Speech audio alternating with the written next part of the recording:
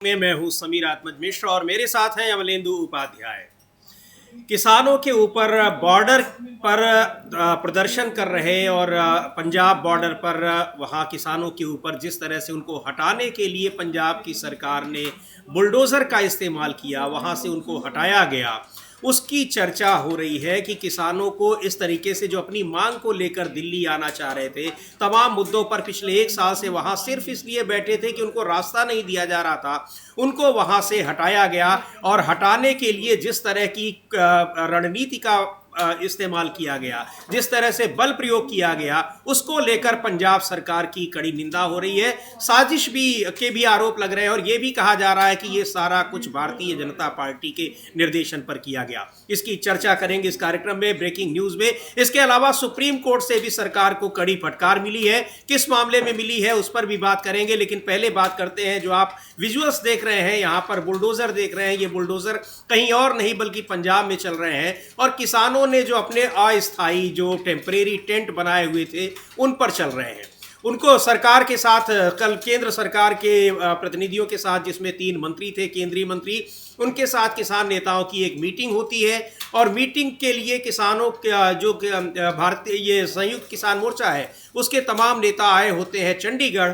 और उधर खनौरी बॉर्डर पर और शंभू बॉर्डर पर जहां किसान धरना दे रहे हैं पिछले 1 साल से, उनको वहां से बल प्रयोग करके हटा दिया जाता है और जो टेंट उन्होंने बनाए थे उनको बुलडोजर से रौंद दिया जाता है, ध्वस्त कर दिया जाता है।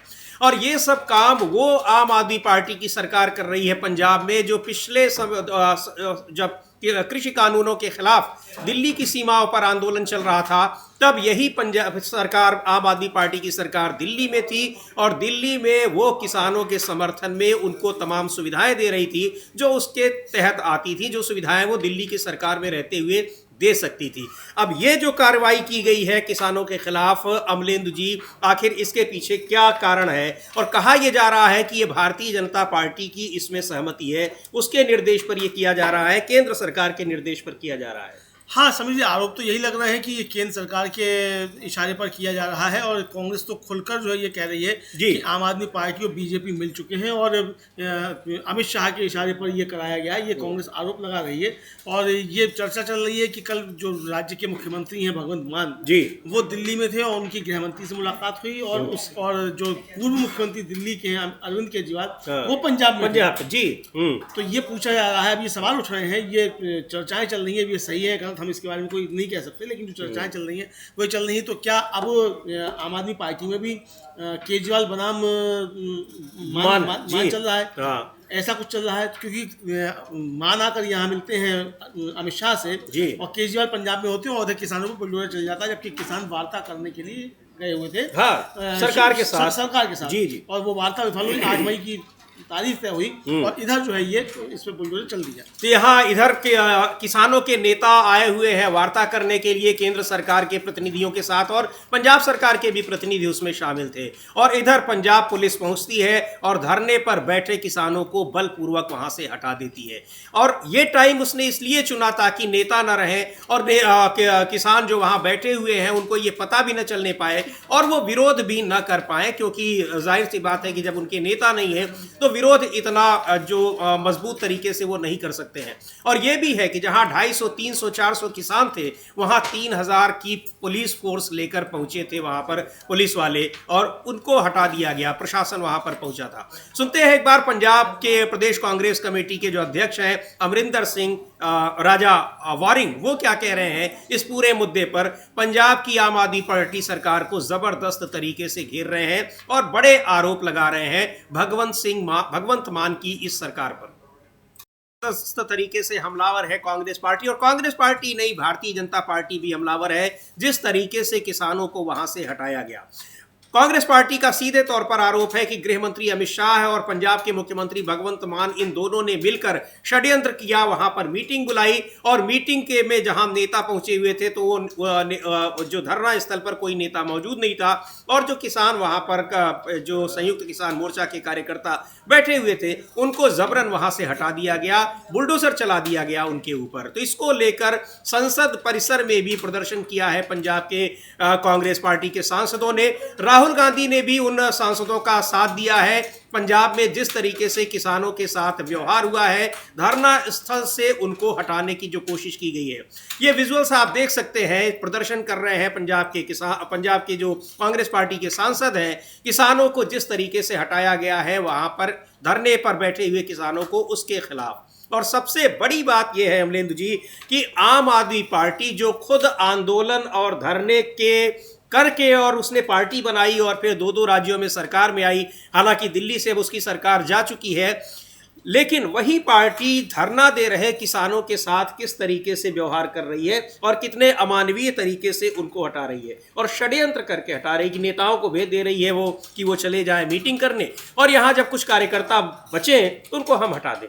हाँ समझिए, ये काफ़ी ज़्यादा इस पर आपत्ति मतलब लोग हमलावर हैं जी आम आदमी पार्टी की सरकार पर, और यहाँ तक कि इंडिया गठबंधन के तमाम दल जो हैं वो भी आम आदमी पार्टी को इसको निंदा कर रहे हैं और इसकी बता रहे हैं कि ये बीजेपी से एक तरीके से मिल चुके हैं। ये जी झारखंड की मंत्री हैं समीर जी, उनका नाम है, मैं बताता हूँ आपको, कृषि मंत्री झारखंड की शिल्पी नेहा तिर्की, और उन्होंने भी ये कहा है कि किसानों के आंदोलन को दबाने के लिए किसी भी सरकार द्वारा लिया गया ये फैसला बेहद निराशाजनक है।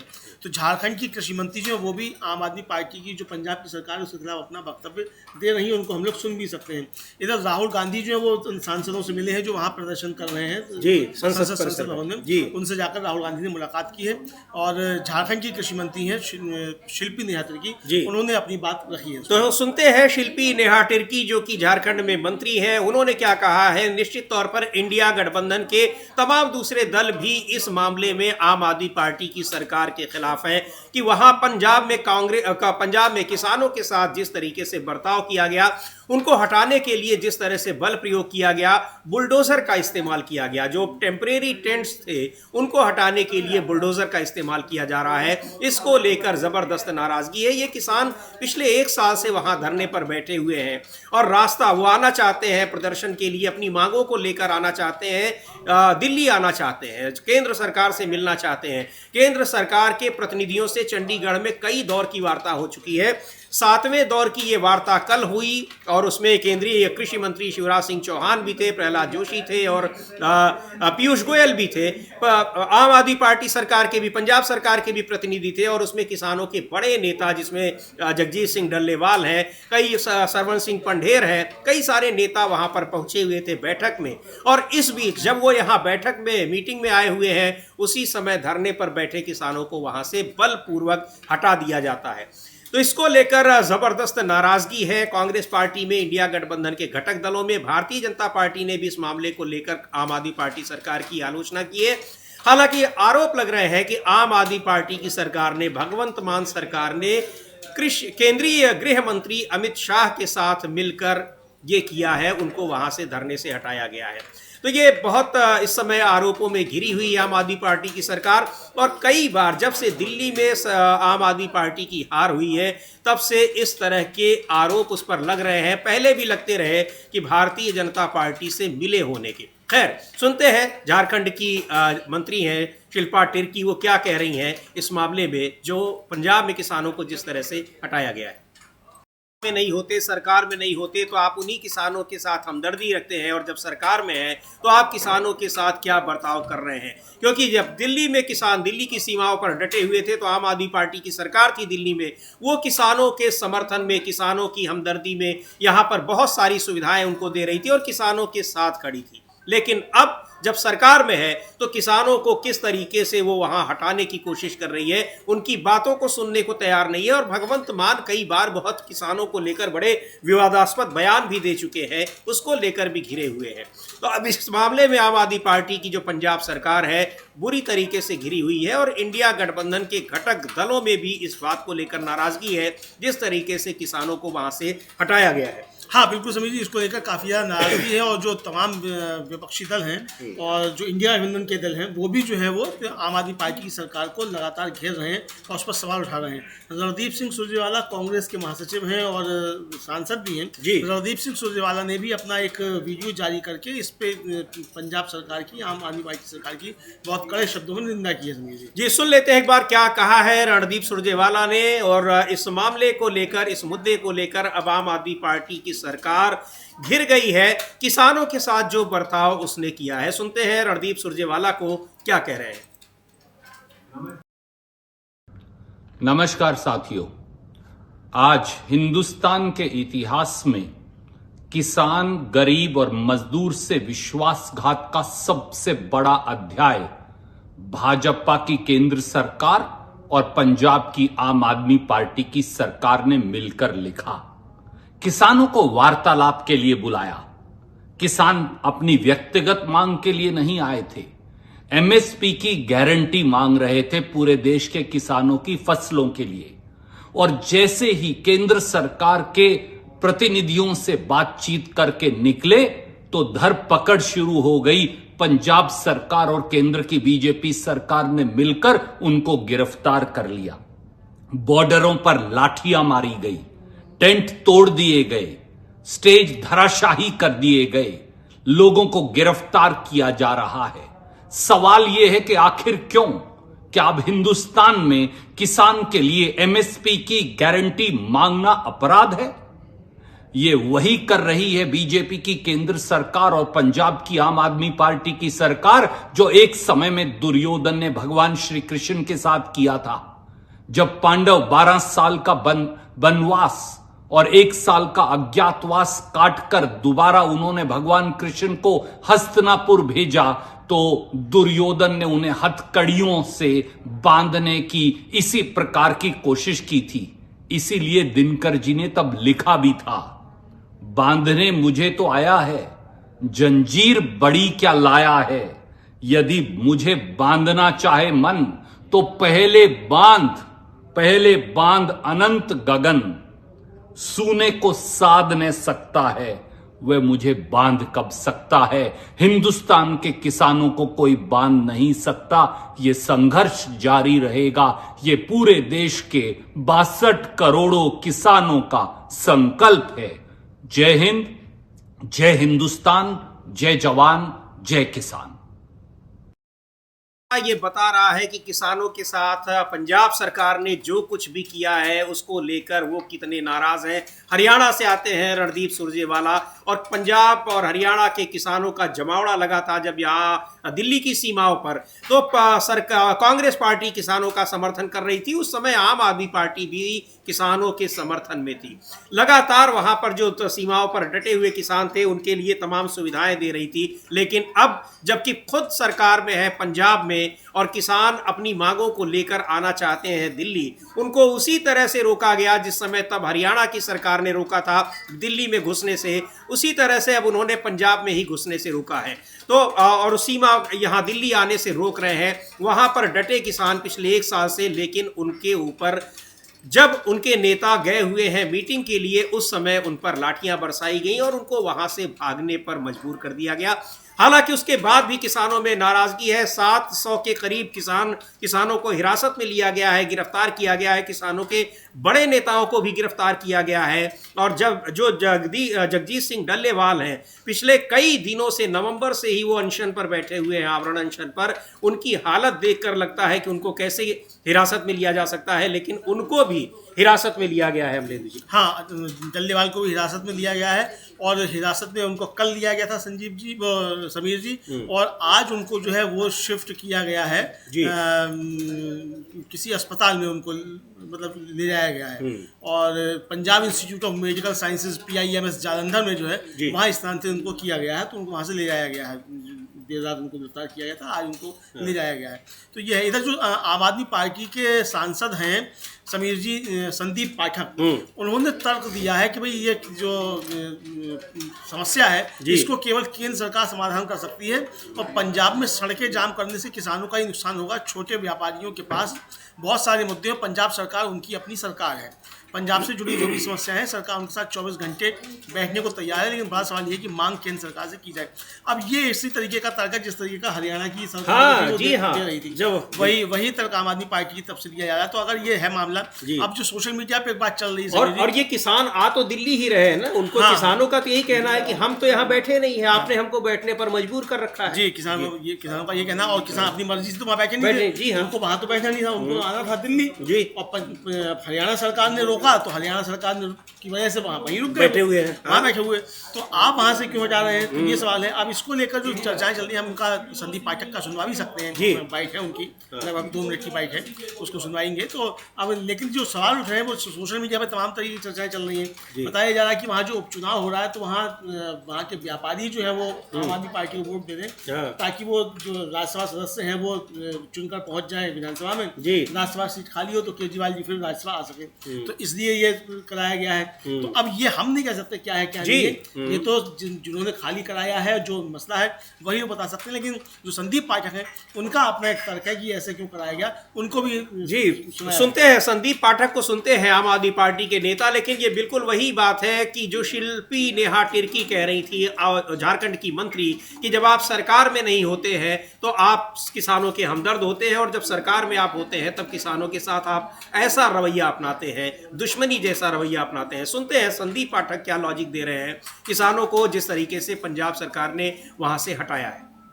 कि लोग सर्टिफिकेट देने में बहुत माहिर है, ईमानदारी का सर्टिफिकेट भी देते हैं और बेईमानी का भी देते हैं। बता रहे हैं कि पंजाब सरकार जैसी सिंसियर और सीरियस सरकार कोई हो ही नहीं सकती है, और उस सरकार ने ये कदम उठाया है, यानी किसानों को जो शांतिपूर्ण तरीके से धरने पर वहां बैठे थे उनको मार के भगाया है, उनके जो अस्थायी टेंट बने हुए थे उन पर बुलडोजर चलाया है। तो ये एक सबसे देश की जो सबसे सिंसियर और सीरियस सरकार है, ये उसका कारनामा है। तो जिसमें सिंसियरिटी की कमी होगी और नॉन सीरियस सरकारें होंगी वो क्या करेंगी, ये समझने वाली बात है। लेकिन उन्होंने एक सर्टिफिकेट पंजाब की सरकार को दे दिया है संदीप पाठक ने। हाँ, संदीप पाठक ने सर्टिफिकेट दे दिया, लेकिन सर्टिफिकेट काम में आता वो दिखाई नहीं पड़ रहा है क्योंकि किसान जो है वो इसको लेकर काफी ज्यादा नाराज हैं। और किसान मजदूर संघर्ष समिति के नेता हैं सतनाम सिंह पन्नू, उन्होंने घोषणा की है कि इस अत्याचार के खिलाफ किसान जो है पूरे देश भर में प्रदर्शन करेंगे। उन्होंने एक वीडियो में कहा कि वो अत्याचार के खिलाफ हरियाणा और पंजाब में पुलिस उपायुक्तों के कार्यालय के बाहर विरोध प्रदर्शन करेंगे। और उन्होंने कहा कि हम मोदी सरकार के सहयोग से या उसके आदेश पर भगवान मान सरकार द्वारा किसानों के खिलाफ की गई कार्रवाई की कड़ी निंदा करते हैं। सतनाम सिंह पन्नू की बाइट भी हम लोगों के पास होगी, उसको हम सुन भी सकते हैं सतनाम सिंह पन्नू क्या कह रहे हैं और किस तरीके से इस आंदोलन को आगे बढ़ाने की बात कर रहे हैं। जी बिल्कुल, किसानों में इस समय जबरदस्त नाराजगी है, न सिर्फ पंजाब के किसानों में बल्कि देश भर के किसानों में जगह जगह से प्रतिक्रियाएं आ रही हैं। सतनाम सिंह पन्नू को सुनते हैं हम, लेकिन उससे पहले सुनते हैं कांग्रेस पार्टी के नेता, राज्यसभा में कांग्रेस के उप नेता प्रमोद तिवारी क्या कह रहे हैं। पंजाब में जिस तरह से किसानों को हटाया गया है, जबरन उनके ऊपर बल प्रयोग किया गया है, और पिछले 1 साल से वो शांतिपूर्ण तरीके से धरने पर बैठे थे, दिल्ली आने की कोशिश कर रहे थे, लेकिन उनको रास्ता नहीं मिल रहा था, बैरिकेड लगाकर उनका रास्ता रोका गया था, तो उनको वहीं पर मजबूरन धरने पर बैठना पड़ा। अब उनको जिस तरह से साजिश करके हटाया गया, ये आरोप लग रहे हैं कि साजिश के तहत हटाया गया है, उस पर क्या कहते हैं प्रमोद तिवारी, सुनते हैं उन्हें। आम आदमी पार्टी और भारतीय जनता पार्टी जिस तरीके से किया गया, और पूरी क्रोनोलॉजी समझा रहे हैं कि अमित शाह के साथ भगवंत मान की बैठक होती है, अरविंद केजरीवाल पंजाब में होते हैं, किसान नेताओं को बुलाया जाता है बैठक के लिए चंडीगढ़ में, और यहाँ जो धरने पर बैठे यानी शंभू बॉर्डर और खनौरी बॉर्डर पर धरने पर बैठे किसान हैं, उनको वहाँ से हटाने के लिए 10 गुना ज़्यादा पुलिस फोर्स वहाँ पर डिप्लॉय कर दी जाती है, तैनात कर दी जाती है। हाँ बिल्कुल समीर जी, और ये आरोप जो है वो लगाया जा रहा है प्रमोद तिवारी की तरफ से भी, और कांग्रेस के तमाम नेता लगा रहे हैं। झारखंड मुक्ति मोर्चा की जो मंत्री हैं शिल्पी नेहा टिर्की, उनका हम लोगों ने बयान सुनवाया ही। वो कह रही है कि आप जब सरकार में नहीं होते तब आप किसानों की बात करते हैं, और सरकार में आते ही आप किसानों के खिलाफ हो जाते हैं। तो यहाँ एक तरीके से देखा जाए, इंडिया गठबंधन में भी इस मसले पर एक तरीके से डिवाइड देखा जा रहा है। हालांकि जो संदीप पाठक आम आदमी पार्टी के सांसद हैं, उनका तर्क दूसरा है। वो कह रहे हैं कि ये समस्या केवल केंद्र सरकार जो हल कर सकती है, और केंद्र सरकार से इसको बात करनी चाहिए। हमारी तो किसानों की हितैषी सरकार है, हम किसानों से बात कर रहे हैं। ये उनका अपना तर्क है, सबके अपने अपने तर्क हैं। इस बीच अखिलेश यादव जो है समाजवादी पार्टी के अध्यक्ष, उनका एक बयान आया है, और अखिलेश यादव का भी साफ कहना है कि भारतीय जनता पार्टी जो है उसका किसानों से कोई लेना देना नहीं है, वो किसानों के खिलाफ है। ये अखिलेश यादव का कहना है। जी बिल्कुल, तो इस मामले में भारतीय जनता पार्टी के साथ मिले होने के आरोप पंजाब की आम आदमी पार्टी सरकार पर लग रहे हैं। और उसके पीछे जो सबसे बड़ा कारण बताया जा रहा है कि 1 साल से ये बैठे हुए हैं धरने पर किसान, लेकिन अचानक उनको तब उठाया जाता है जब यहाँ पंजाब के मुख्यमंत्री भगवंत मान गृह मंत्री अमित शाह के साथ बैठक कर रहे हैं और दूसरी ओर वहाँ के कृषि मंत्री के साथ किसान नेताओं को वार्ता के लिए बुलाया जाता है। और इसी बीच में जो धरने पर बैठे किसान हैं उनको वहां से जबरन बलपूर्वक हटा दिया जाता है। उनके जो टेंट हैं, अस्थायी जो टेम्परेरी टेंट लगे हुए हैं, उन पर बुलडोजर चला दिया जाता है। तो अब इसको लेकर संसद में भी कांग्रेस पार्टी के सांसद जब प्रदर्शन कर रहे हैं, राहुल गांधी भी उस प्रदर्शन में पहुंचे हुए हैं और पंजाब सरकार बुरी तरह से किसानों के मसले पर गिरी नजर आ रही है। और इसमें जो सबसे बड़ा आरोप लग रहा है और अब उसको बिल्कुल पुख्ता तरीके से कांग्रेस पार्टी लगा रही है कि आम आदमी पार्टी और भारतीय जनता पार्टी में छिपा हुआ गठबंधन नहीं बल्कि बिल्कुल जो एक स्पष्ट गठबंधन उनके बीच में दिखाई पड़ रहा है। हाँ, कांग्रेस का आरोप यही है। कांग्रेस के तमाम नेता प्रमोद तिवारी से लेकर राजा बड़ेक तक और राजा बरार तक सबका यही कहना है, रणदीप सिंह सुरजेवाला के हम लोगों ने बैठ सुनवाई, सब जो है वो यही कह रहे हैं कि ये आपस में मिले हुए हैं। और इस मिलने प्रमोद तिवारी तो एकदम खुलकर कह रहे हैं कि कल वो आकर अमित शाह से मिलते हैं और अमित शाह से मिलने के बाद भगवत मान के उसके बाद ये कार्रवाई होती है। तो अब ये देखिए, आरोप प्रत्यारोप अपनी जगह पे है, कोई भी किसी भी कुछ आरोप लगा सकता है। आम आदमी पार्टी का अपना तर्क है, दूसरे दलों की अपने अपने तर्क है, लेकिन इस बीच बजरंग पुनिया जो है, जो किसानों का जो संगठन है कांग्रेस का, उसके अध्यक्ष, उन्होंने भी इसको लेकर जो है वो सवाल उठाए हैं। उसमें उनका है कि जी बिल्कुल, बजरंग पुनिया ने और रेसलर रहे हैं और उन्होंने किसानों का संगठन जो कांग्रेस पार्टी का है उसके अध्यक्ष हैं, वो लिख रहे हैं कि सरकार किसानों से बातचीत के नाम पर खाली दिखावा कर रही थी। ये बात सरकार की इस कायराना हरकत से साफ हो गई है। किसान नेताओं को वार्ता के बहाने बुलाकर उन्हें गिरफ्तार करना कहाँ की बहादुरी है। सरवन सिंह पंढेर और डल्लेवाल समेत कई किसान नेता जब अपनी मांगों को लेकर सरकार से मिले तो उम्मीद थी कि कोई समाधान निकलेगा, लेकिन सरकार ने बातचीत के बाद उन्हें हिरासत में ले लिया। ये किसानों के साथ विश्वासघात नहीं तो और क्या है। अगर सरकार किसानों की आवाज़ सुनने के लिए सच में गंभीर होती तो उनकी समस्याओं का समाधान निकालती, न कि उन्हें दबाने की कोशिश करती। ये दमनकारी रवैया बताता है कि सरकार वार्ता के नाम पर सिर्फ दिखावा कर रही है, जबकि सरकार का असल मकसद किसान आंदोलन को कुचलना है।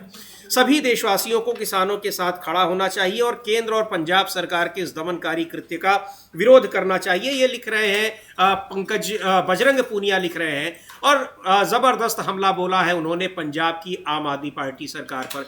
किसानों में भी ज़बरदस्त नाराज़गी है। किसानों ने एक बार फिर वहां आंदोलन करने की, हड़ताल करने की चेतावनी दी है और जुटने लगे हैं। उस धरना स्थल पर फिर से जुटने की अपील की है किसान नेताओं ने। देश भर के किसान संगठनों ने इस पर जो है नाराजगी जताई है और इसको लेकर पंजाब सरकार पर हमलावर है। सुनते हैं किसान नेता क्या कह रहे हैं इस मामले में। और तमाम जो दूसरी पार्टियां हैं, भारतीय जनता पार्टी भी हमलावर है। जाहिर सी बात है कि पंजाब में ये भले आरोप लग रहे हैं कि भारतीय जनता पार्टी की केंद्र सरकार और पंजाब की राज्य सरकार दोनों ने मिलकर किसानों को वहां से हटाने का षड्यंत्र रचा, लेकिन भारतीय जनता पार्टी भी पंजाब की आम आदमी पार्टी की सरकार को घेर रही है। हाँ, बिल्कुल घेर रही है। और रवनीत सिंह बिट्टू जो केंद्रीय मंत्री हैं, वो सीधे सीधे आम आदमी पार्टी की सरकार को, पंजाब सरकार यानी जो है उसको इसके लिए दोषी ठहरा रहे हैं। उधर अखिलेश यादव का कहना है, समाजवादी पार्टी के अध्यक्ष हैं, कि बीजेपी जो किसानों की हितैषी नहीं है। तो सबके अपने अपने तर्क है। रवनीत सिंह बिट्टू को भी हम लोग सुन सकते हैं कि उनका क्या तर्क है, क्योंकि मामला तो सब केंद्र सरकार के खिलाफ ही। एमएसपी की कानूनी गारंटी मांगी तो केंद्र सरकार से ही, किसानों की मांग तो सारी केंद्र सरकार से ही है, लेकिन पंजाब की सरकार का इन्वॉल्वमेंट तो यहाँ यही था कि उसने वहां पर रोक रखा था। रोका तो खैर हरियाणा की सरकार ने था और वहां पर उन्होंने अपना डेरा जमा रखा था। लेकिन एक बात और समझिए कि जब सुप्रीम कोर्ट ये मामला पहुंचा था तो सुप्रीम कोर्ट ने पंजाब सरकार को फटकारा था और ये कहा था कि आप रास्ता खाली क्यों नहीं करा पा रहे हैं, तो आप यहाँ बैठे हुए। तो हो सकता है एक दबाव ये भी हो, तो यहाँ ये भी समझा जा सकता है कि ये दबाव भी काम कर रहा हो।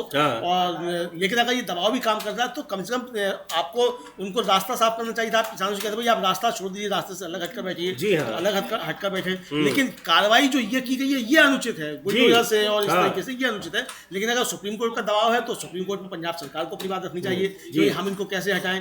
ये केंद्र से वार्ता है, सुप्रीम कोर्ट केंद्र पर दबाव डाले, इस तरीके आपको तर्क देना चाहिए। लेकिन आपने वो तर्क तो नहीं दिया। भगवंत मान का जो पिछले दिनों वक्तव्य आया उसने मुझे लगता है कि शायद और ज्यादा किसानों के खिलाफ भड़का दिया था, किसानों को भड़का दिया। चूंकि तो बिना मिले उठकर चले गए बैठक में से, तो इसको भी लेकर किसानों ने बहुत ज्यादा बुरा माना था। जी बिल्कुल, और कई उनके कुछ बयान भी बहुत चर्चित हुए थे, बहुत वायरल हुए थे, जिसमें उन्होंने किसानों की को लेकर बहुत आपत्तिजनक टिप्पणियां की थी। सुनते हैं रोनी सिंह बिट्टू क्या कह रहे हैं, केंद्रीय मंत्री हैं और पंजाब की आम आदमी पार्टी सरकार को किस तरह से इस मुद्दे पर घेर रहे हैं। हालांकि कांग्रेस पार्टी का यह कहना है कि यह मामला केंद्र सरकार और पंजाब की आम आदमी पार्टी सरकार दोनों के साथ मिले होने की वजह से यह हुआ कि किसानों को वहां से हटाया गया। रोनी सिंह बिट्टू को सुनते हैं।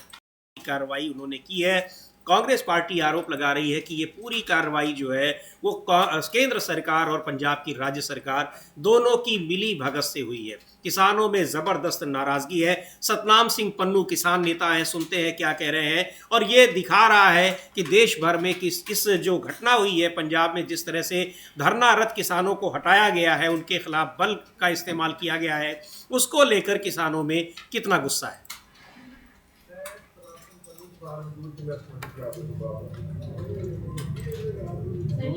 में आ रही है कि पंजाब सरकार के खिलाफ किस तरह से अब हमलावर हैं।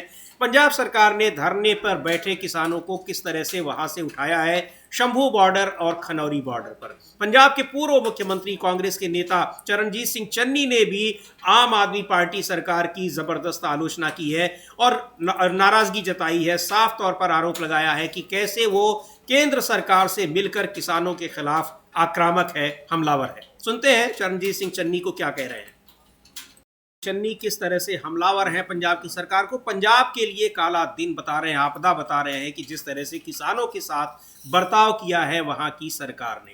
तो अब इस मामले में पंजाब सरकार घिरी हुई है बुरी तरीके से। एक बार सुनते हैं समाजवादी पार्टी के नेता अखिलेश यादव इस घटना पर क्या कह रहे हैं, उनके बयान को भी सुन लेते हैं। सरकार ने जिस तरह से किसानों को बॉर्डर से भगाने के लिए जो कार्रवाई की है, पुलिस बल का प्रयोग किया है, उसको लेकर जबरदस्त तरीके से पंजाब सरकार पर हमले हो रहे हैं। भारतीय जनता पार्टी के साथ मिले होने के आरोप लग रहे हैं और मिलकर किसानों के साथ इस तरह का बर्ताव किया गया, ये आरोप लग रहा है। और इस बीच सुप्रीम कोर्ट से बड़ी खबर आ रही है कि महाराष्ट्र के स्ट्रीट वेंडर्स को लेकर एक बड़ा फैसला दिया है सुप्रीम कोर्ट ने। अमलेंदु जी बताएं जरा सा क्या है, क्या कहा है जो महाराष्ट्र के संदर्भ में ये बात आई। समीर जी, जो महाराष्ट्र का पुणे पिंपरी चिंचवाड़ है जी, वहाँ 19,000 से अधिक स्ट्रीट वेंडरों को बेदखली करने के जो कार्रवाई थी उस पर इंटरिम रोक लगा दी है सुप्रीम कोर्ट ने, बहुत सख्त आदेश देते हुए जी। और जो टिप्पणी की है सुप्रीम कोर्ट ने, उस टिप्पणी समीर जी मौखिक तौर पर टिप्पणी की है, वो ये भी कहा है कि फेरी वालों के साथ सम्मान और गरिमा के साथ व्यवहार किया जाना चाहिए तथा उन्हें अवैध रूप से बेदखल नहीं किया जा सकता, ये कहना है। और अपने आदेश में जो है जो न्यायालय ने कहा कि जब तक स्ट्रीट वेंडर्स जीविका संरक्षण और स्ट्रीट वेंडिंग अधिनियम 2014 के अनुसार हॉकिंग और नॉन हॉकिंग जोन की पहचान अधिसूचना करने का कार्य नहीं हो जाता, तब तक यथा स्थिति बनाई रखी जाए और हॉकर्स को उनके विक्रय स्थल से बेदखल ना किया जाए। ये सख्त आदेश जो है सुप्रीम कोर्ट ने दिया है। ये बड़ी खबर जो है समीर जी इस समय ये आ रही है सुप्रीम कोर्ट से, सरकार के लिए बड़ा झटका माना जा सकता है।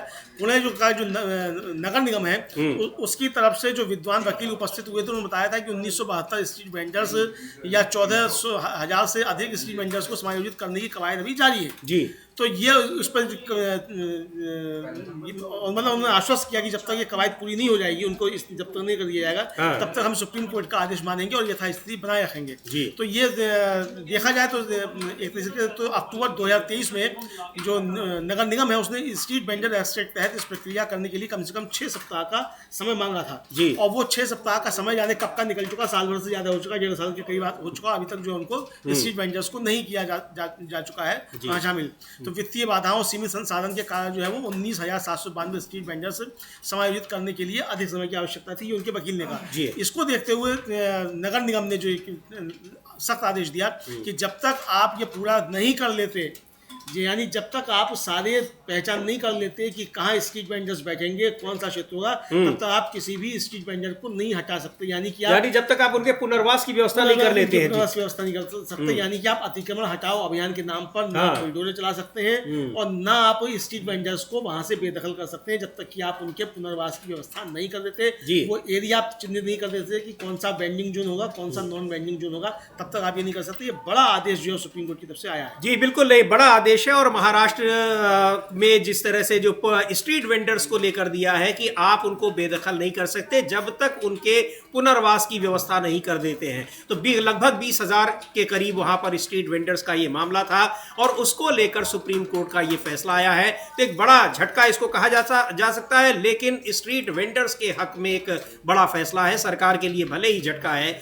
और स्ट्रीट वेंडर्स को, चूंकि अक्सर ये होता है कि कोई भी किसी विकास के प्रोजेक्ट के नाम पर हजारों की संख्या में लोगों को बेदखल कर दिया जाता है। धारावी में भी अभी ये मामला अटका ही है, जिसको चल रहा है कि वहां पर लाखों लोगों को वहां से बेदखल किया जा रहा है एक नई परियोजना के लिए। तो एक बड़ा झटका है सुप्रीम कोर्ट की ओर से। यहाँ समीर जी महत्वपूर्ण बात ये आपने इसमें धारावी को जोड़ दिया, तो ये धारावी के लिए भी एक लैंडमार्क जजमेंट जी हाँ, बिल्कुल, कि जब तक आप उस अधिनियम के तहत लोगों को पुनर्वास नहीं कर देते, उनका आप नहीं कर देते, तब तक आप कुछ नहीं कर सकते। तो ये धारावी के लिए भी है। तो ये सिर्फ पुणे के लिए इसका महत्व नहीं है समीर जी, एक उस नगर पालिका के अंतर्गत जो जोन है, बल्कि ये तमाम जो परियोजनाएं चल रही हैं और जहां जहां मित्रों को जमीनें दी जा रही हैं थोक के भाव में, और वहां जो लोगों को उजाड़ने का कार्यक्रम है, उस पर सुप्रीम कोर्ट का ये जो आदेश है ये प्रभावी होता हुआ दिखाई देगा आने वाले समय। जी बिल्कुल। और सुप्रीम कोर्ट के कुछ और भी आज फैसले और टिप्पणियां हैं जिनका जिक्र करना चाहेंगे हम लोग इस कार्यक्रम में।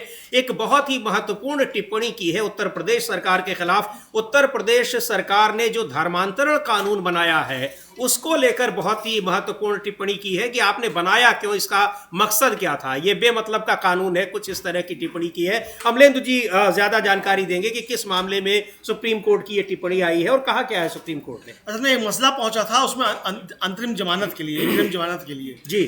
तो सीजीआई जो है संजीव खन्ना, उन्होंने जो है सख्त टिप्पणी की और कहा कि राज्य पुलिस इस मामले में बहुत पक्षपाती रही है, और उनका कि आपने धर्मांतरण विरोधी कानून भी बिना वजह ही लागू कर दिया। जी, ये बहुत सख्त टिप्पणी उस केस में उन्होंने उसकी कोई जरूरत नहीं थी, उसकी कोई जरूरत नहीं थी, आपने धर्मांतरण विरोधी कानून भी बिना वजह ही लागू कर दिया।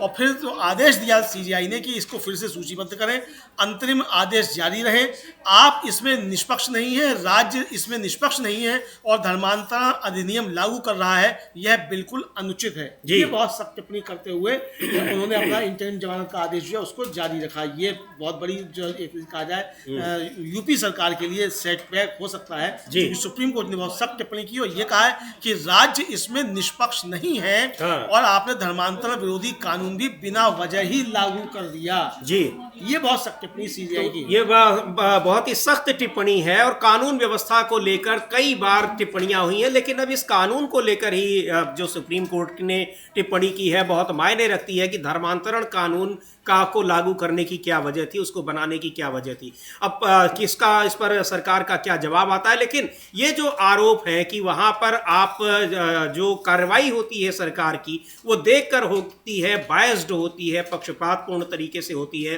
तो ये इस मामले में सरकार को कोर्ट में जवाब देते नहीं बनता है। और दूसरी ओर लॉ एंड ऑर्डर को लेकर, कानून व्यवस्था को लेकर विपक्ष लगातार हमलावर है। आए दिन वहां पर जिस तरह से अपराध की घटनाएं हो रही हैं उस पर बहुत ही सरकार को घेरने की कोशिश की जा रही है। समाजवादी पार्टी के नेता अखिलेश यादव ने टिप्पणी की है कानून व्यवस्था को लेकर, उत्तर प्रदेश में जिस तरह से सरकार की कानून व्यवस्था चल रही है। सुनते हैं क्या कहा है कानून व्यवस्था के मामले में अखिलेश यादव ने। तो कानून व्यवस्था को लेकर, इसके अलावा एक अरुणाचल प्रदेश को लेकर भी एक सुप्रीम कोर्ट का एक महत्वपूर्ण एक उसका फैसला आया है, टिप्पणी की है। अमलेंदु जी उसके बारे में भी कुछ बताएं। हाँ, सुप्रीम कोर्ट से सुप्रीम कोर्ट से भी बड़ा आदेश है समीर जी, और ये अरुणाचल प्रदेश के मुख्यमंत्री जो हैं उनके खिलाफ आरोप थे, उस पर सुप्रीम कोर्ट ने अरुणाचल प्रदेश सरकार और केंद्र सरकार से कहा है कि स्पष्ट जवाब चाहिए कि आपने ठेके किसके दिए। असल में मामला जो है समीर जी, जो अरुणाचल प्रदेश में जो कथित अनियमित निविदा आवंटन की SIT जांच का मांग वाली याचिका थी, उस पर सुनवाई कर रहा था सुप्रीम कोर्ट, और उसमें उसने 18 मार्च को गृह मंत्रालय, वित्त मंत्रालय और राज्य सरकार से राज्य में सार्वजनिक कार्य निविदाएं देने वाली पार्टियों के बारे में विस्तृत जवाब मांगा। तो अदालत ने यह कहा कि अरुणाचल प्रदेश के जो वर्तमान मुख्यमंत्री पेमा खांडू के रिश्तेदारों के स्वामित्व वाली कंपनियों को सार्वजनिक ठेकों में कथित अनियमित आवंटन की जो SIT की जांच के निर्देश देने की जो मांग की गई थी याचिका में, उस पर ये उसने जवाब मांगा है। और सुनवाई के दौरान CGI ने पूछा कि कितने ठेके दिए गए हैं, तो याचिकाकर्ता की ओर से जो वकील पेश हुए थे प्रशांत भूषण,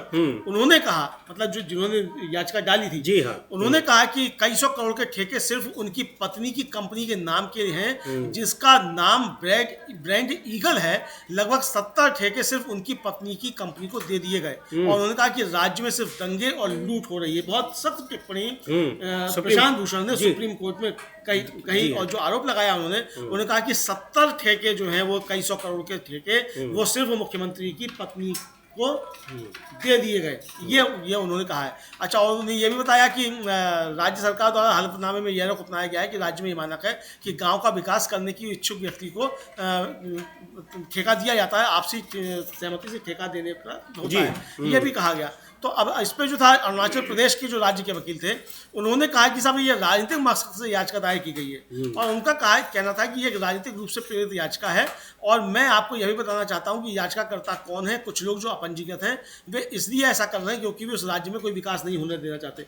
यानी राज्य का विकास करने के लिए मुख्यमंत्री की पत्नी को ठेका सारा दिए जाए, कई सौ करोड़ के ठेके, 70 ठेके उन्हीं को दिया जाना वो जरूरी है, तभी राज्य का विकास होगा। तो भारतीय जनता पार्टी की शासित राज्यों में विकास का मॉडल यही है कि मुख्यमंत्री की पत्नियों को आप जो है ठेके दीजिए, तभी राज्य का विकास होगा। तो राज्य के वकील जो थे, क्या वो ये कहना चाहते थे समीर जी? ये भी सवाल उठ रहा है। जी बिल्कुल, ये सवाल उठ रहा है, लेकिन बहुत ही महत्वपूर्ण टिप्पणी की है। और उसको लेकर जिस तरह से अरुणाचल प्रदेश में और उत्तर प्रदेश में भी जिस तरह से धर्मांतरण कानून को लेकर टिप्पणी की है, बहुत मायने रखती है। क्योंकि उत्तर प्रदेश में लगातार ये इस तरह की खबरें आ रही हैं, आती रहती हैं। अभी संभल का जो मामला चल रहा है, वहां पर एक मेले को स्वीकृति नहीं दी गई। उसके पहले भी होली पर जिस तरह से पुलिस अधिकारियों के बयान आए, कानून व्यवस्था को लेकर सरकार घिरी रहती है। और जो पुलिस और प्रशासनिक अधिकारियों की विवादास्पद टिप्पणियों का मुख्यमंत्री खुद समर्थन करते दिखाई पड़ते हैं।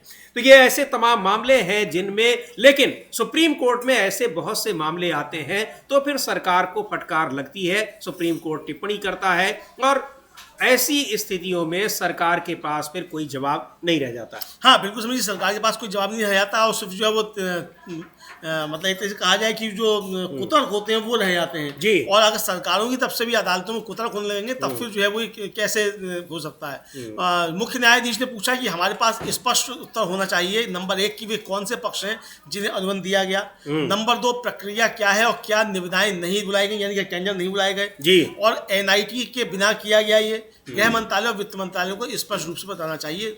पीठ ने यह भी कहा कि कैग के जवाब के अनुसार मंत्रियों की आचार संहिता से संबंधित प्रश्नों का उत्तर देने के लिए उपयुक्त प्राधिकारी गृह मंत्रालय और वित्त मंत्रालय होंगे। यानी जो मंत्री जो अगर कदाचार करते हैं तो उनके संबंध में आचार संहिता से संबंधित जो प्रश्न हैं उनका उत्तर देने के लिए गृह मंत्रालय और वित्त मंत्रालय इसके लिए जिम्मेदार होंगे। तो इसीलिए न्यायालय ने अरुणाचल प्रदेश राज्य के साथ साथ गृह मंत्रालय और वित्त मंत्रालय जो है, मतलब केंद्र सरकार का गृह मंत्रालय और वित्त मंत्रालय, यानी अमित शाह और निर्मला सीतारमण जी का मंत्रालय जो है, उसको नोटिस जारी किया है कि आप भी जो है ये आवंटित निविदाओं के विवरण पर विस्तृत जवाब दे और यह भी पूछा है कि क्या इस प्रक्रिया में शामिल कोई व्यक्ति या फर्म प्रतिवादी संख्या 4 और 6 अर्थात CM खांडू उनके परिवार के सदस्यों से संबंधित थे। यानी अब अमित शाह के मंत्रालय को, निर्मला सीतारमण के मंत्रालय को भी ये जवाब देना होगा 4 से 6 हफ्ते के अंदर कि क्या जो निविदाएं दी गई उनमें मुख्यमंत्री के पत्नी और उनके परिवार के लोग शामिल थे। ये जवाब राज्य सरकार तो देगी ही देगी। कि केंद्र सरकार की तरफ से वित्त मंत्रालय और गृह मंत्रालय को भी देना होगा, चूंकि मंत्रियों की आचार संहिता के संबंध में जवाबदेही गृह मंत्रालय और वित्त मंत्रालय की है। तो ये सुप्रीम कोर्ट ने आदेश दिया है। फिर आदेश में कहा सुप्रीम कोर्ट ने समीर जी कि हम अरुणाचल प्रदेश राज्य से एक विस्तृत हलफनामा चाहते हैं जिसमें उन पक्षों का विवरण दिया जाए जिन्हें अनुबंध WP और अतिरिक्त हलफनामों में उल्लिखित अनुबंधों के संदर्भ में दिए गए थे। इसके अलावा अरुणाचल प्रदेश राज्य उन फर्मों और व्यक्तियों को दिए अनुबंधों का विवरण भी प्रस्तुत करेगा जिन्होंने प्रतिवादी संख्या 4 और 6 पर भरोसा किया था, 4 से 6 तक। और आगे कहा गया कि भारत संघ यानी गृह मंत्रालय और वित्त मंत्रालय भी एक विस्तृत हलफनामा दाखिल करेंगे। हम चाहते हैं कि CAG 20 मार्च 2024 के आदेश में दिए गए निर्देशों के संबंध में अपनी अंतरिम रिपोर्ट प्रस्तुत करें। तो ये जो था वो कहा गया और इसमें भारत की सरकार की तरफ से जो अटॉर्नी जनरल R वेंकटरमणी उन्होंने केंद्र सरकार का प्रतिनिधित्व किया।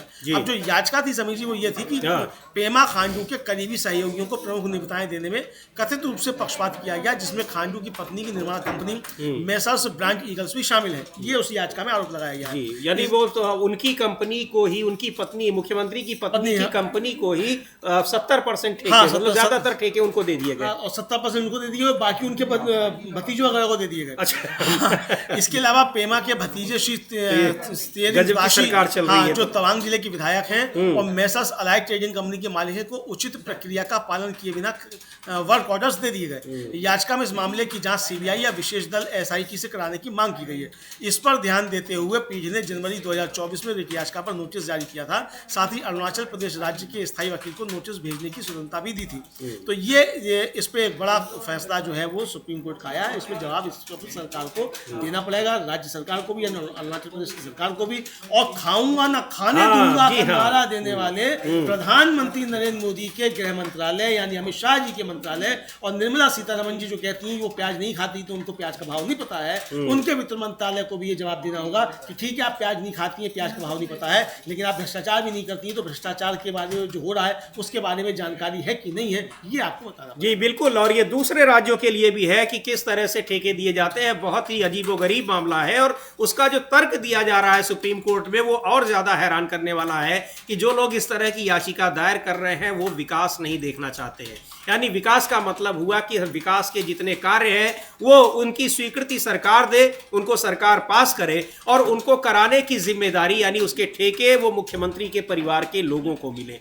तो ये अजीबोगरीब स्थिति है। अब इससे दूसरे राज्यों को भी सीख मिलती है या नहीं मिलती है ये देखने वाली बात है, लेकिन सुप्रीम कोर्ट की सख्त टिप्पणियों से ये साफ है कि इस तरह की जो भ्रष्टाचार चल रहा है उसको लेकर सुप्रीम कोर्ट किसी को माफ करने वाला नहीं है और न ही वहाँ पर उसकी निगरानी रखने वाले जो कह लीजिए कि सिविल सोसाइटी है वो उससे दूर रहेगी, क्योंकि याचिका वहाँ से के किसी व्यक्ति ने नहीं डाली है। याचिका यहाँ पर डाली है प्रशांत भूषण ने, यानी सिविल सोसाइटी की ओर से डाली जा रही है वहाँ के विपक्षी नेताओं की। इसका मतलब ये है कि या तो पता नहीं होगा और पता भी होगा तो या और लोग शांत हैं उसके बारे में, कोई और कारण है कि वो सरकार के खिलाफ नहीं बोल रहे हैं। बहुत सारी बातें हो सकती हैं। हाँ, बहुत सारी बातें होती हैं। और इनके पेमा खांडू के पिता जो थे उनके ऊपर भी बहुत गंभीर आरोप जी हाँ। और जो कलिखो पुल, कालिखो पुल, जी हाँ, कालिखो पुल जो उनका 60 पेज का जिनका एक जो काफी ज्यादा वायरल हुआ था, जो उन्होंने अपनी जान खुद ले ली थी, उसमें जो नोट लिखा था किस तरीके से भ्रष्टाचार के मामले पे वो सब आया था, तो ये काफी ज्यादा वो वायरल हुआ था। तो उसमें भी पेमा खांडू के पिता जो थे वो भी उसमें सवालों के घेरे थे काफी ज्यादा। तो यानी काफी ज्यादा जो है आरोप लगते रहे। तो पेमा खांडू के जिस तरीके से ये आरोप सामने आए हैं तो अब सरकार का अपना तर्क हो सकता है, जाहिर बात है सरकार का वकील सरकार का पक्ष रखेगा, जी हाँ, तो वो उनके अपना तर्क है। लेकिन ये मामला सुप्रीम कोर्ट में गया और इस पर सख्त आदेश सुप्रीम कोर्ट ने दिए।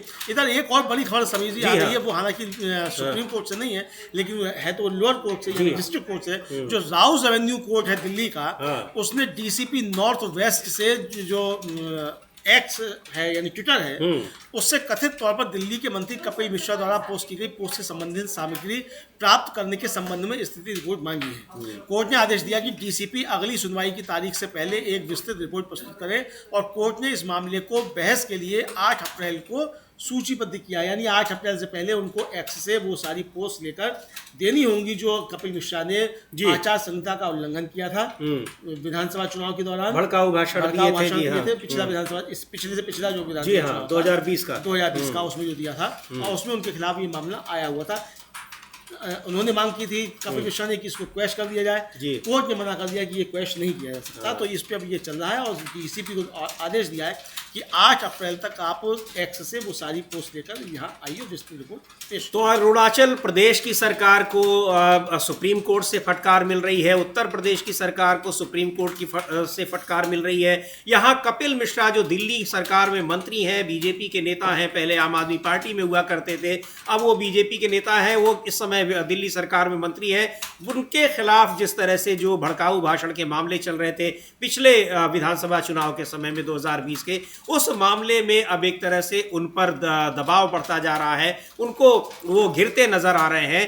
Supreme court Rouse Avenue court ने सीधे तौर पर कहा है डीसीपी को कि उनके जो वो ट्वीट्स थे उनको लाया जाए, सामने रखा जाए और उसके बाद फिर उस पर कार्रवाई होगी। उस मामले को खत्म करने की अपील की थी कपिल मिश्रा ने, लेकिन उसको मना कर दिया गया है। तो जो टिप्पणियां हैं सुप्रीम कोर्ट की बहुत ही सख्त हैं, तल्ख हैं और उत्तर प्रदेश सरकार के तो कानून पर ही उन्होंने सवाल उठा दिया है कि जो धर्मांतरण कानून है, और इधर कानून व्यवस्था के मामले पर सरकार घिरी नजर आ रही है। सुन लेते हैं एक बार अखिलेश यादव क्या कह रहे हैं, समाजवादी पार्टी के नेता, उत्तर प्रदेश की कानून व्यवस्था को लेकर उत्तर प्रदेश की कानून व्यवस्था को लेकर हमला बोल रहे हैं अखिलेश यादव। वहां पर आए दिन जिस तरह की घटनाएं हो रही हैं, तो और सुप्रीम कोर्ट की टिप्पणियां जिस तरह से दिखा रही हैं कि वहां पर बायस्ड होकर सरकार काम कर रही है, सीधे तौर पर यह कहा जा रहा है और कहा जा रहा है कि वहां धर्मांतरण कानून की जरूरत क्या थी, ये सवाल पूछा है सुप्रीम कोर्ट ने। और कोर्ट से ही एक और बड़ी खबर आ रही है, अमलेंदु जी, उसका भी जिक्र करें आप। हाँ, मद्रास हाई कोर्ट की तरफ से खबर आ रही है समीर जी, और बहुत सख्त खबर ये आ रही है कि वहाँ एक कंपनी है TASMAC तमिलनाडु की, उसने आरोप लगाया कि ईडी ने छापेमारी के दौरान कर्मचारियों के घरों में घुसकर और जो उनका परिसर था उसमें घुसकर निजता का उल्लंघन किया और 60 घंटे तक कर्मचारियों को बंधक बना के रखा, उनका मोबाइल छीन लिए गए, जो कि निजता के अधिकार का उल्लंघन है। महिला कर्मचारियों को सिर्फ 6 घंटे के लिए छूट दी गई और फिर उनसे कहा गया कि फिर आप लौट कर आइए। और ये जो है काफ़ी, तो इस पर सुप्रीम कोर्ट में उसने तमिलनाडु हाई कोर्ट ने काफ़ी ज़्यादा सख्त टिप्पणी की है।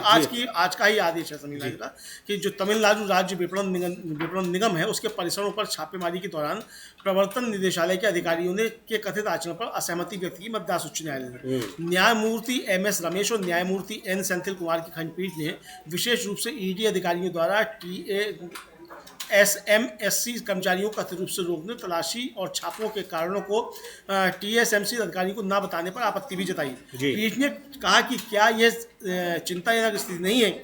यदि आपके पास विशिष्ट इनपुट है तो हम समझ सकते हैं, लेकिन क्या आप पूरे कार्यालय को घंटों तक अपने नियंत्रण में रख सकते हैं? यदि आपके पास विश्वास करने का कारण है तो क्या आपको उन्हें यह नहीं बताना चाहिए? यह उनकी शिकायत है कि वे नहीं जानते कि ईडी ने इस परिसर की तलाशी छापेमारी क्यों की। ये तमिलनाडु हाई कोर्ट ने कहा।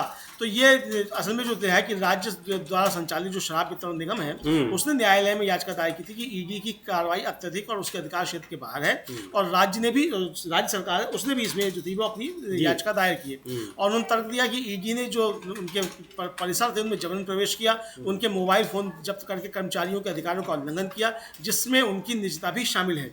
उनके वकील ने आरोप लगाया कि कुछ लोगों को 60 घंटे तक बैठाया गया, उनमें से कुछ को सुबह से लेकर मध्य रात्रि 1 बजे तक बैठाया गया। उन्हें 6 घंटे के लिए घर जाने दिया, वह भी महिलाओं को, और फिर वापस आने को कहा गया। यह प्रक्रिया 3 दिनों तक चली। राज्य सरकार की ओर से पेश हुए महाधिवक्ता PS रमन ने कहा कि महिला कर्मचारियों को रात 1 बजे जाने की अनुमति दी गई है, बशर्ते वे सुबह या 8 या 9 बजे तक वापस आ जाए। ये राज्य सरकार की तरफ से कहा गया। तो TSMAC के वकील ने पूछा कि धारा 17 के तहत आप मेरे घर में जबरन नहीं घुस सकते, आपको अपना अधिकार दिखाना होगा, यानी आपको दिखाना होगा कि आपके पास अधिकार है कि आप हमारे तलाशी ले सकते हैं कि नहीं, आपको सर्च वारंट दिखाना होगा, क्योंकि आप निदेशक नहीं हैं। आपको यह दिखाना होगा कि यह 4 आकस्मिकताओं धन शोधन निवारण अधिनियम के तहत से सीधा जुड़ा हुआ मामला है, आप सब कुछ ले आ रहे हैं, मोबाइल फोन, क्या यह निजता के अधिकार का उल्लंघन नहीं है? ये सवाल उन्होंने पूछा। हालांकि ईडी का जो प्रतिनिधित्व करने वाले अतिरिक्त सॉलिसिटर जनरल थे उन्होंने इन दावों का खंडन किया। ईडी के वकील ने कहा कि किसी को भी बंदी नहीं बनाया गया था, सभी को जाने और वापस आने की इजाजत थी। इस पर पीठ ने कहा कि यदि कुछ अधिकारियों ने यह रिट याचिका दायर की है तो हम समझ सकते हैं, लेकिन संगठन ने इसे दायर किया है। इसका मुख्य तर्क यह है कि आपने चौकीदार से लेकर A to Z तक की अनुमति नहीं दी थी। ये जो है आदेश आया है। तो ये ईडी की जो कार्यप्रणाली है उसको लेकर बड़ा सवाल उठाया है मद्रास हाई कोर्ट ने, और वहाँ किस तरीके से वो जहाँ छापेमारी कर रही है लोगों को कैसे बंधक बनाया गया। तो बहुत गंभीर टिप्पणियाँ कई जांच एजेंसियों के खिलाफ, कुछ राज्यों के खिलाफ, सुप्रीम कोर्ट की और मद्रास हाई कोर्ट की ये टिप्पणी बहुत मायने रखती है। लेकिन इन सब के बीच पंजाब की आम आदमी पार्टी सरकार बुरी तरह से घिर गई है, क्योंकि किसानों को धरने पर, शांतिपूर्ण तरीके से धरना दे रहे किसानों पर जिस तरह से बल प्रयोग किया गया है, सैकड़ों किसान नेताओं को गिरफ्तार किया गया है, उसको लेकर पार्टी और सरकार दोनों ही घिरी हुई है। आरोप लग रहे हैं कि केंद्र सरकार से मिलकर उसने किसानों के साथ ये बर्ताव किया है। अब इस पर किसानों का गुस्सा भड़का हुआ है, देश भर के किसान उस पर आंदोलन के लिए की धमकी दे रहे हैं और पंजाब सरकार के खिलाफ एक बड़े मूवमेंट की तैयारी कर रहे हैं। तो आप बने रहिए